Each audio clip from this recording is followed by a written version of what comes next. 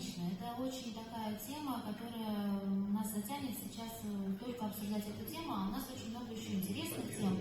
Давайте двигаться. Ребята, thank you very much. So, thank you. Давайте дальше. Значит, переходим мы к такому интересному, значит, искусству, как паблик-арт или уличное искусство, стрит-арт. Мы видим на улицах наших городов, различных городов, много муралов, граффити, различных произведений. Допустим, здесь я привожу пример Трепа Паркер, это известный мексиканский художник стрит-арта, который вот это все разрисовал в Новосибирске, в городе, где сейчас я проживаю. Вот. Мы знаем прекрасно Бэнкси, но кто не знает Бэнкси, да? Вот, Бэнкси, значит, вот у нас есть Галина Мишнева, которая тоже ходит по городу и вот такие из пикселей делает какие-то картинки. И здесь вопрос стоит опять-таки. Сейчас не берем вопрос согласования законности нанесения этих рисунков. Объективно, вот если этот рисунок нанесен, я считаю, что это может претендовать на правоспособность в качестве объекта авторского права. Почему нет? Это произведение, это выражение. Возьмем любые самые какие-то там минимальные критерии, да, которые применяем. Это выражение автора, это явное творчество. И я, конечно, уже молчу про Бэнкси, который, в общем-то, признан уже у нас известным товарищем, который создает стрит-арт. Тем не менее, у нас все равно есть ответственность за нанесение таких рисунков, если это сделано без согласования, то есть это у нас есть некое чужое совершенно здание, принадлежащее третьему лицу, и туда нанесен рисунок, и этот собственник вполне возможно имеет все основания для того, чтобы привлечь к ответственности такого художника за его порчу имущества или даже за мелкое хулиганство. Однако более детально эти все вопросы, как согласовать нанесение рисунка, как это все урегулировать, чтобы это было законно, у нас регулируется региональным законодательством. И в частности у нас есть, вот мы приводим пример закона Санкт-Петербурга. Ярослав, что скажете на эту тему? Здесь важно отметить, что в нашем региональном законодательстве, в принципе, помимо ответственности за самовольное нанесение надписи, которая, не редкость, скажем так, и для других субъектов Российской Федерации, есть еще одно очень интересное, в общем, один интересный состав правонарушения, это у нас неосуществление своевременно смывки надписей, которая накладывается, соответственно, штраф на собственника здания. И для юридических лиц вот этот штраф, он очень-очень болезненный, до 300 тысяч рублей, просто за несвоевременное удаление с фасада нанесенного свежего объекта авторского права. То есть будь то каракули, будь то Бэнкси, 300 тысяч штрафа, в общем, за несвоевременную смывку гарантированы. И наше еще законодательство, оно достаточно витиеватое, и, соответственно, как, в общем, согласовать граффити из чтения нашего постановления правительства Санкт-Петербурга, не каждый юрист сможет понять. И большая благодарность Комитету по молодежной политике, который, в общем, в виде комикса оформил процесс согласования. Соответственно, если вы интересуетесь, то рекомендую по ссылкам пройти. Принципиальный момент, что граффити, оно должно соответствовать формату концепции решения общего архитектурного, требованиям нашего градостроительного облика Санкт-Петербурга. И, грубо говоря, если мы хотим что-либо написать, мы, во-первых, должны это делать только в тех местах, которые прямо не запрещены. Нам надо обязательно эскиз согласовать с собственником объекта, на котором мы хотим разместить граффити, подать соответствующую заявку в Комитет по градостроительству и архитектуре, дождаться согласования, в присутствии собственника здания нанести эту надпись, используя свои материалы. И более того, мы даже как художник потом вынуждены поддерживать это граффити в приемлемом состоянии. И любые реставрационные работы должны согласовывать с собственником. Соответственно, в Москве, я так понимаю, ситуация похожа. Да, в Москве имеется тоже правило, которое вы видите на экране, на этом слайде, тоже регулирующее в определенной степени и требования к изображению, порядок их нанесения, в общем-то, и порядок приведения изображения в надлежащее состояние, то есть, иными словами, какая-то реставрационная работа, поддержка их правильном отношении. Вот, например, в Новосибирске нет таких законов, но есть зато у нас закон об административных правонарушениях, который предусматривает ответственность и штрафы за несанкционированное нанесение надписей и рисунков. Имеется даже вот статья у нас Уголовного кодекса за вандализм, и 2013 года, это, конечно, случай уже достаточно давно, но в Ленинградской области были поделены направления электричек среди групп ассоциации граффитистов, которые разрисовывали эти электрички. С средствами, с руками МВД эти художники были пойманы. Вот, и грозили им 3 годами тюрьмы в соответствии с санкцией, предусмотренной этой статьей Уголовного кодекса. Чем дело закончилось, осталось и за кадром.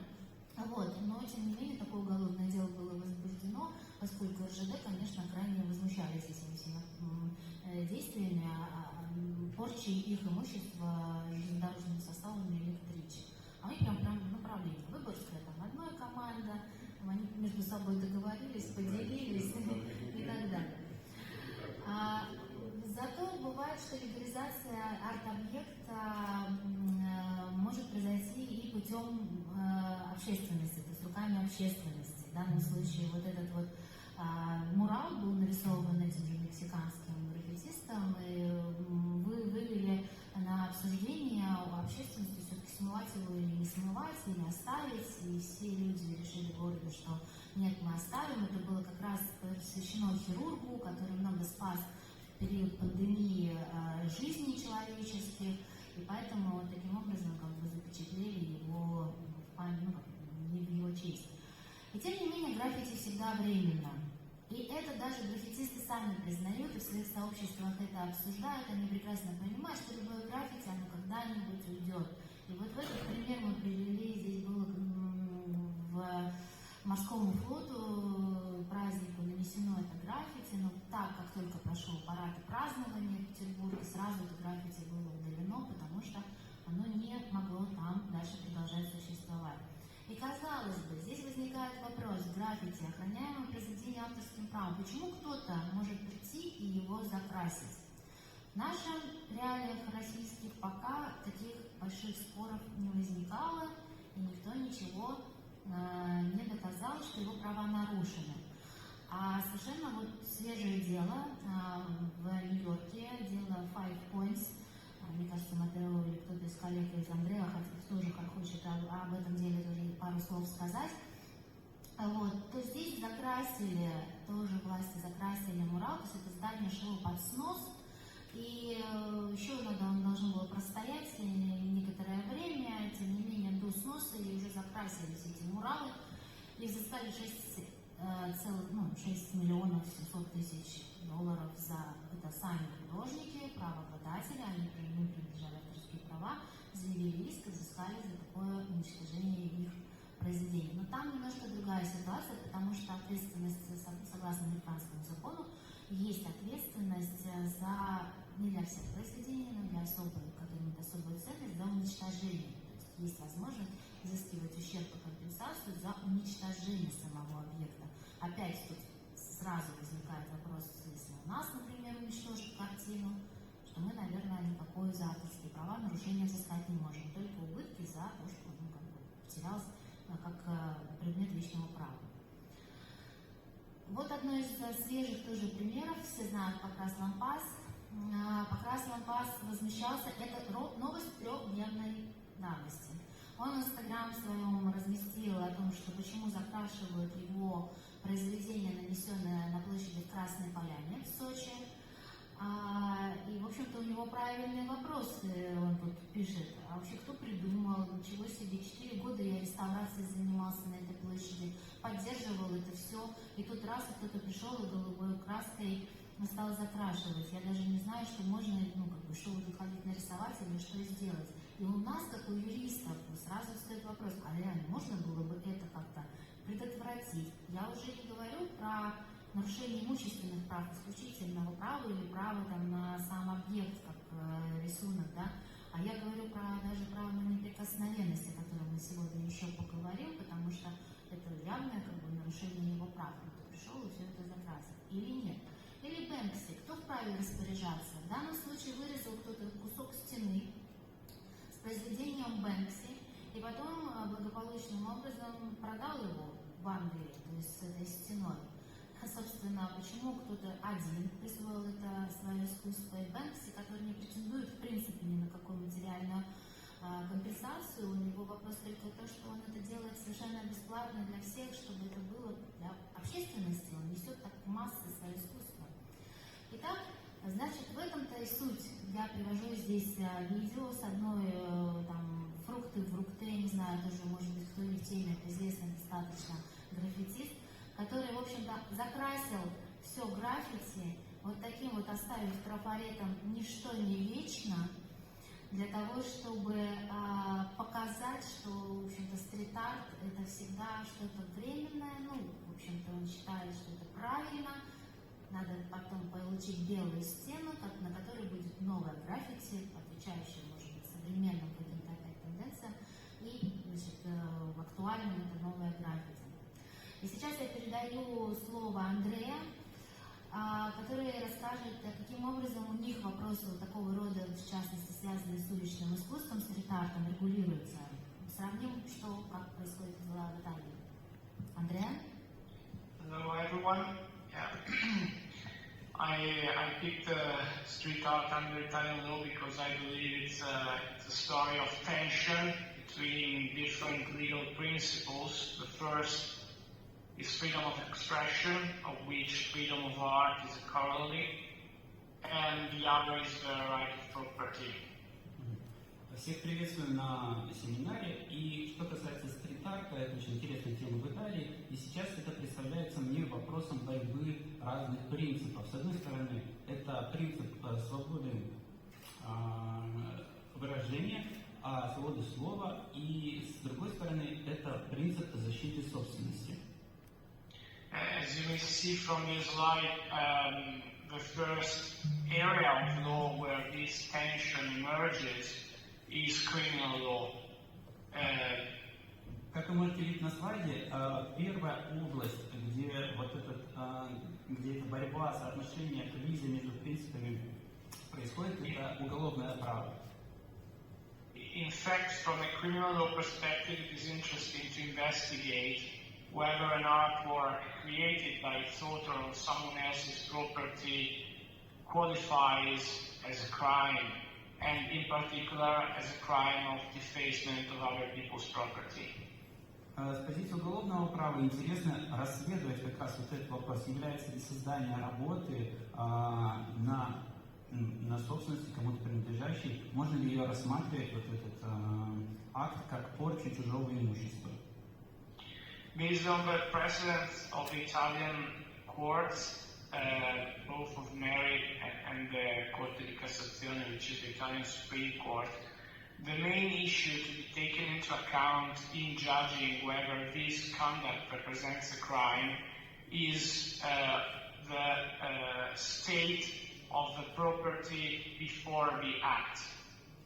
И исходя из судебной практики Италии, это дело дошло в том числе до Верховного суда Италии, а главным принципом, по которому необходимо определять, является ли обсуждаемое действие уголовным деянием, это исследование состояния собственности, в котором она находилась до того, как был совершен акт. So this means that basically the artistic nature of the works made on the property has no relevance in terms of exempting the author from criminal liability. Но в частности это означает, что сама по себе художественная ценность вот этого рисунка, который был нанесен на чужую собственность, она не влияет на уголовно-правовую квалификацию деяния. And the reasoning behind these decisions is that while freedom of expression under Italian Constitution allow people to express freely their art, this may only be possible if the means used to express their art are lawfully obtained. И это объясняется тем, что свобода выражения по Конституции Италии, она заканчивается, условно говоря, там, или она ограничивается тем, что средства, которые мы используем при свободе самовыражения, они должны быть законными. However, the fact that the creation of a street artwork may result in a crime does not prevent the author to obtain copyright on the work, because as Alberto Contini explained before, this is not one of the requirements. The lawful conduct of the author is not a requirement for obtaining copyright on the works. So we have to make reference to the creativity, not to the lawfulness of the act. С другой стороны, сам по себе факт, даже если мы признаем это уголовным деянием, это не освобождает, точнее, это не препятствует тому, чтобы признать вот этот наш рисунок объектом авторских прав. То есть, еще раз, как мы обсуждали в докладе Альберта, сама по себе законность наших действий при создании рисунка не является критерием для возникновения авторских прав. И тут как бы главный критерий остается тот же, что это должен быть творческий вклад. То есть таким образом. Nevertheless, the possibility to obtain rights on a work, on a street artworks, is debated among scholars in Italy for a different reason. Because of the very nature of street artworks. Тем не менее, сам по себе вопрос о конкурентоспособности вот этих объектов стрит-арта, он обсуждается в том числе между учеными в Италии по связи с особенной природой, что ли, объектов стрит-арта.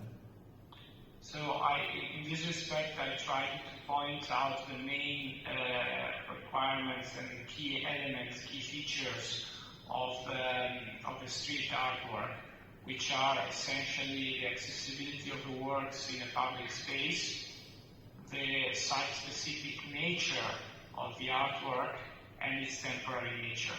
Ну и в частности, основными такими критериями или характеристиками стрит-арта являются следующими. Первое – это доступность этого произведения в общественном месте. Второе, что это произведение должно быть особым образом характерно для определенного места, и в-третьих, это его временный характер.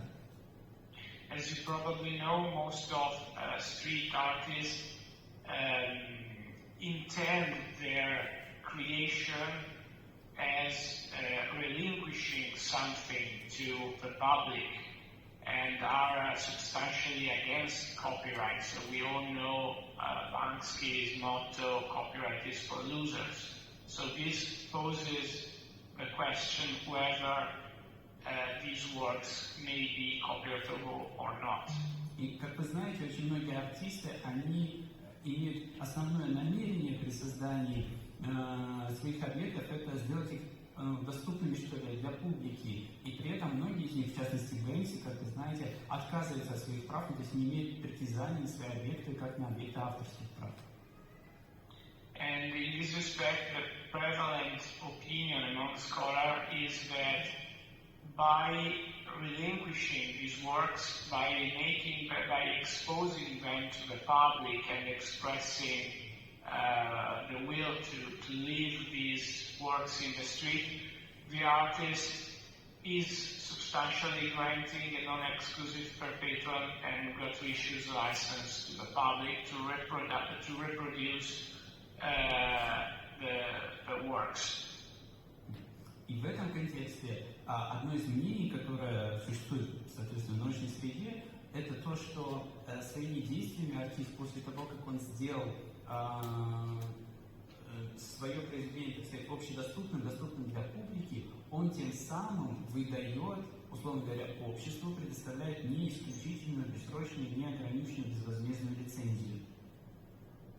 And along with copyright, we also have to take into account the moral rights that the artist may obtain over and in respect of the work, of the street artwork. and these moral rights may conflict somehow with the rights of the owner of the property on which the artwork is displayed. И помимо исключительных авторских прав, про которые мы говорим, еще необходимо принимать во внимание личные неимущественные права, потому что они также могут вступать в конфликт с правами собственника здания помещения, на котором был размещен стрит-арт. So we saw before the picture of 5 points, and the colleagues explained that the artists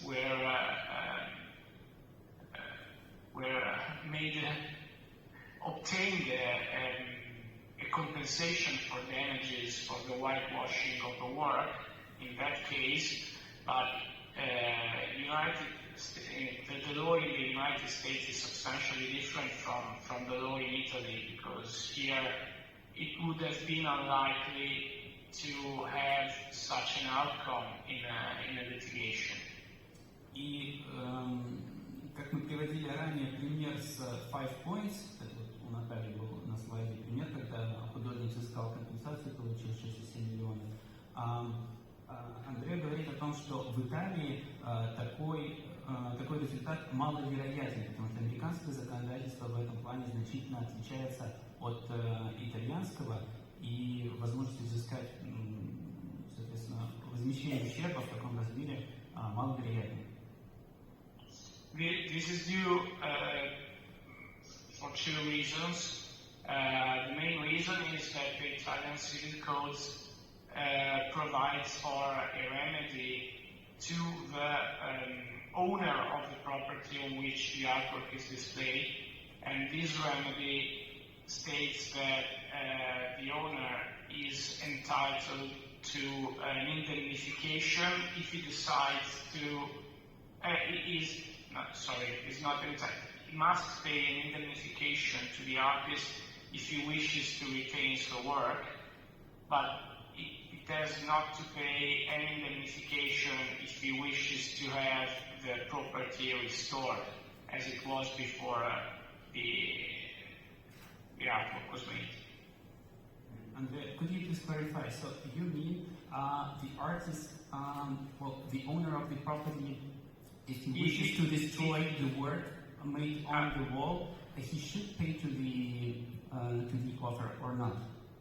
Yeah, I mean, if the owner of the property decides to keep the artwork on his property, he has to indemnify the artist, and the civil code sets the criteria to determine the value of the indemnification. If he does not want to keep the artwork on his property, he is entitled to whitewash it, and he has not to pay. He does not have to pay anything to the author. Согласно законодательству Италии, в частности, это положение Гражданского кодекса, возможны две ситуации. С одной стороны, если собственник здания, на котором нарисован стрит-арт, решит уничтожить тот или иной объект, который был, соответственно, нарисован на стене, то он может это сделать, и его в этом плане Гражданский кодекс защищает, то есть представляет ему средства правовой защиты, он может это сделать. Если же он решит сохранить, наоборот, этот рисунок, то здесь вступает иной механизм регулирования, и он должен, как я понимаю, выплатить некоторую компенсацию автору работы, которую он сохраняет. Yeah, substantially, the moral right of the author of the street artwork is limited, and is limited to remedies against the detachment of the work, and is limited to any form of transformation or modification of the work by third parties, such as the owner of the property.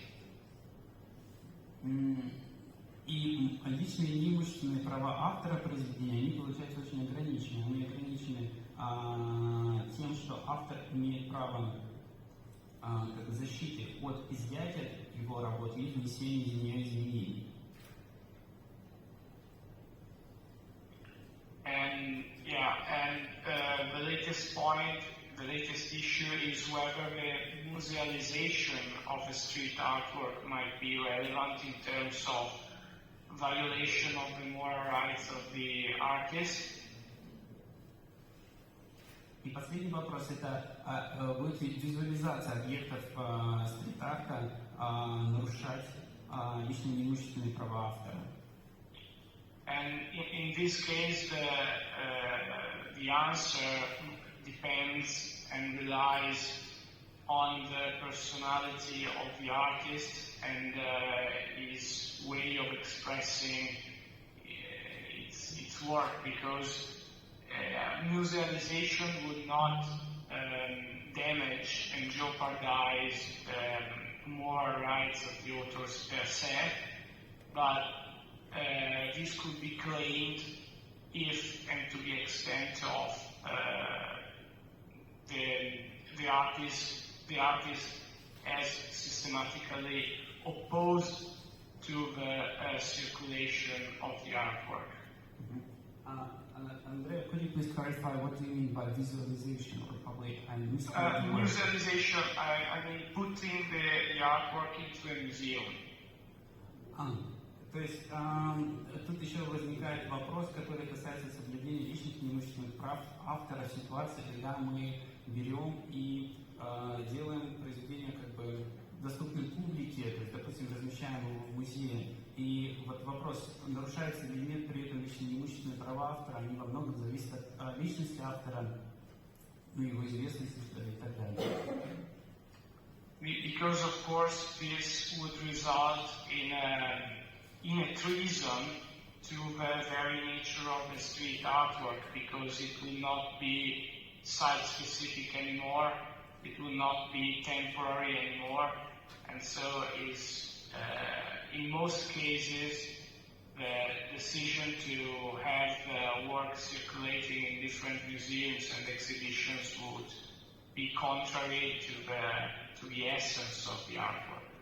Ну, и в этом вопросе как бы возникает противоречие. С одной стороны, после того, как мы заберем этот объект уличного искусства, перенесем его в музей, он потеряет свои характеристики как стрит-арта, такие как временность или как бы особенность в том, что он размещен именно в конкретном месте, а это уже будет противоречить как бы изначальной природе стрит-арта. И поэтому вопрос, в общем, вот этого оборота этих объектов, ну, вот он дискуссионный.